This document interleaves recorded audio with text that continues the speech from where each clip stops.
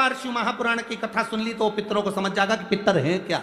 सारे लोकों में सबसे सुंदर लोक है पितरलोक।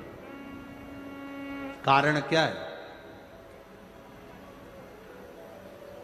तुम्हारे यहां दिवाली साल में एक बार मनाई जाती है, देवलोक में दिवाली साल में एक बार मनाई जाती है, नाग दीपावली के दिन। पितृलोक में दीपावली रोज मनाई जाती है। कारण, पितृलोक में दिवाली रोज क्यों मनाई जाती है, उसका कारण क्या होता है? लक्ष्मी जी ने नारायण से पूछा, ब्रह्माणी ने ब्रह्मा जी से पूछा, इंद्राणी ने इंद्र से पूछा, एक बात बताओ, तुम दिन भर बैकुंठ में नहीं रहते हो नारायण, आप कहां चले जाते हो? भगवान विष्णु ने कहा, मैं बता नहीं सकता कि मैं दिन भर कहां जाता हूं। नहीं, आज तो आपको बताना पड़ेगा कि तुम दिन भर कहां जाते हो,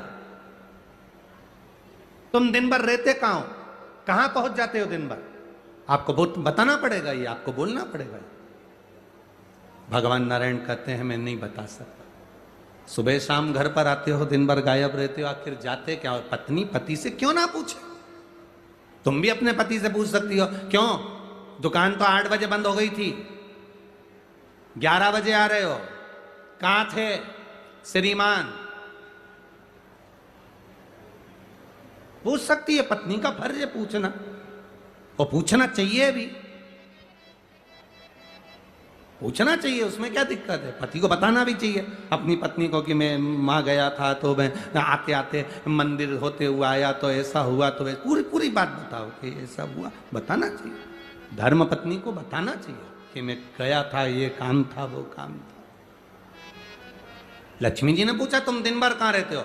भगवान विष्णु ने कहा, मैं बता नहीं सकता। बताना पड़ेगा। तब नारायण ने कहा, फिर नारायण बोले, नारायण ने कहा कि देखो लक्ष्मी, बात ऐसी है कि पितृलोक इतना सुंदर लोक है, इतना सुंदर लोक है कि जहां जितने पितर निवास करते हैं उनके घर का कोई व्यक्ति अगर कथा सुनने जाता है, मंदिर जाता है, अगरबत्ती लगाता है, दिया लगाता है, या पूजन आराधना करता है, या भूलवश भी कहीं भगवान की कथा में जाकर बैठ जाता है, जितनी देर उसके घर का व्यक्ति कथा में बैठता है, नारायण कहते हैं उतनी देर मैं उसके घर के पितरों के कंधे पर हाथ रखकर कथा को श्रवण करता हूं।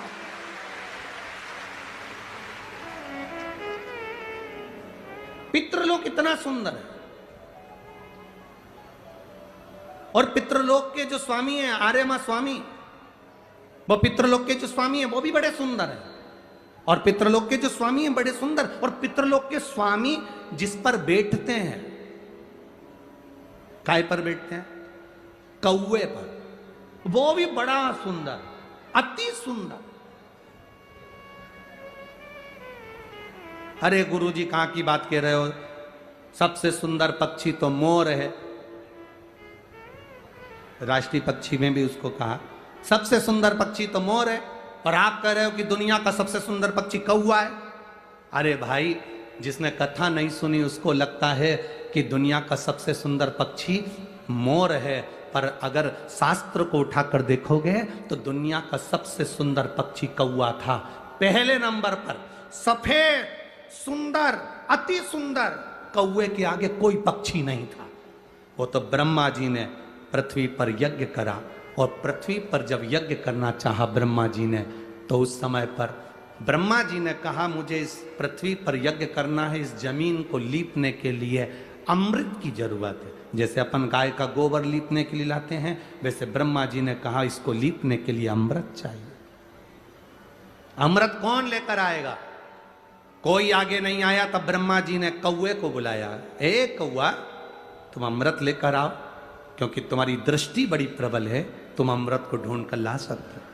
कौवा, अमृत तो लाना, पर झूठा मत करना, अमृत को लेकर आना, मुझे बताना कहाँ रखा है तो मैं लेने चले जाऊंगा।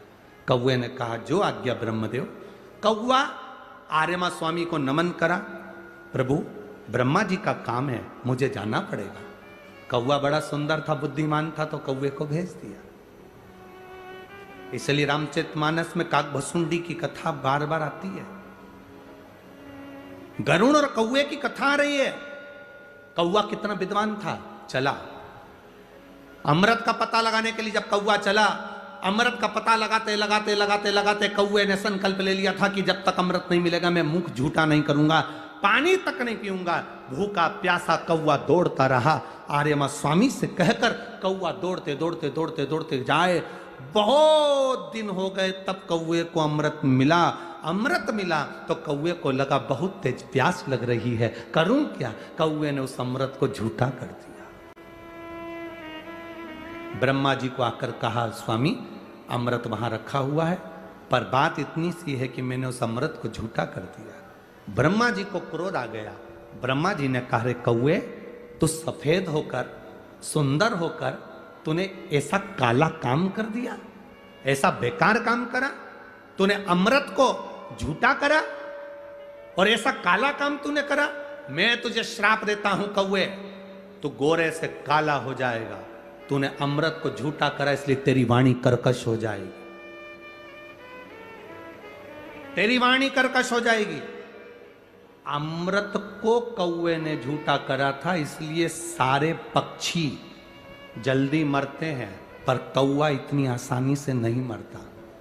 कौवा इतनी आसानी से नहीं मरता। सारे पक्षी जल्दी मरते हैं, पर कौवा आसानी से नहीं मरता। तेरी वाणी कर्कश होगी तो काला होगा। सुंदर कौवा काला हो गया। आर्यमा स्वामी ने देखा कि मेरा कौवा, मैं जिस पर बैठता हूं, ये काला हो गया। आर्यमा स्वामी ने ब्रह्मा जी से कहा, आप क्या चाहते थे। ब्रह्मा जी कहते हैं, मुझे यज्ञ करना था, जमीन को लीपना था, कौवे ने अमृत झूठा कर दिया।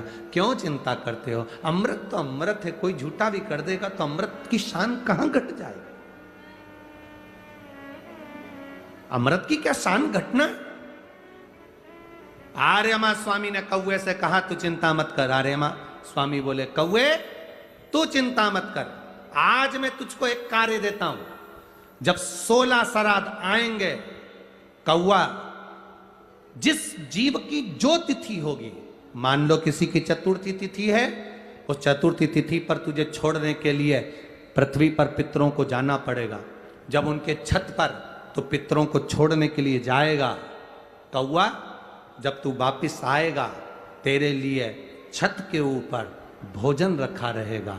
जिसकी छत पर भोजन रखा मिल जाए, उसको तू पाएगा तो पितृ तृप्त होंगे। कौवे ने कहा, मेरे द्वारा पितृ तृप्त होंगे। कौवा नहीं, जब पितर वापिस आएंगे, पितृलोक में रहेंगे, उनको 1 वर्ष के अंदर जब भूख लगेगी, तब कौवा तू अपनी चोंच में उनकी छत से जो भोजन लेकर आएगा, अपनी चोंच से निकालकर उन पितरों को देगा, जिससे उनका कल्याण होगा और वो आशीर्वाद प्रदान करेंगे, वो वर प्रदान करेंगे।